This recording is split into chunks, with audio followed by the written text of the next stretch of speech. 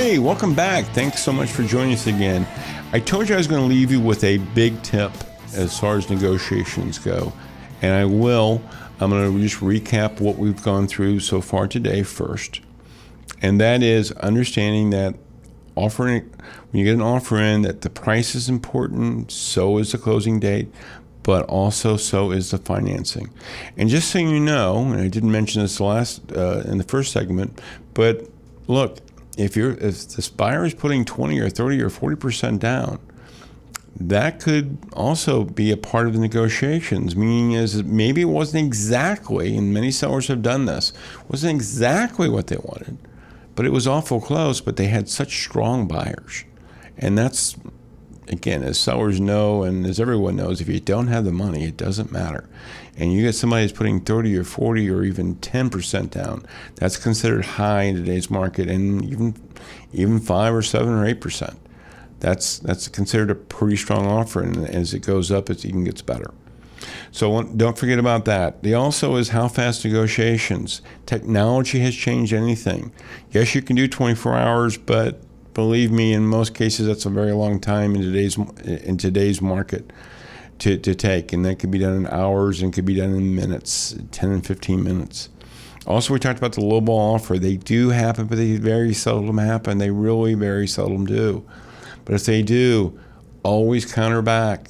You've got everything to gain, nothing to lose. I understand it's an emotional thing. I understand it's somewhat personal. As a seller, this is your pride and joy that you're selling in most cases, but still, make that counteroffer.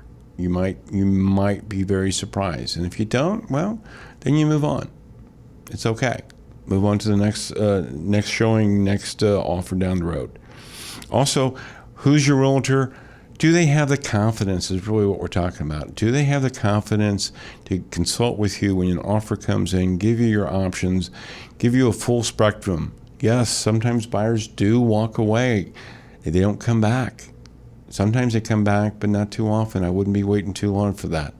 They usually move on to another house. So if a deal doesn't go through. Very seldom happens, but just knowing that. How are you negotiating? What's the circumstances? How many showings have you had? How long have you been on the market? What is you as a seller situation? How important is it to get out of Dodge? Where are we at with the pricing? All those things come into play, and those are things that you'd be asking questions about.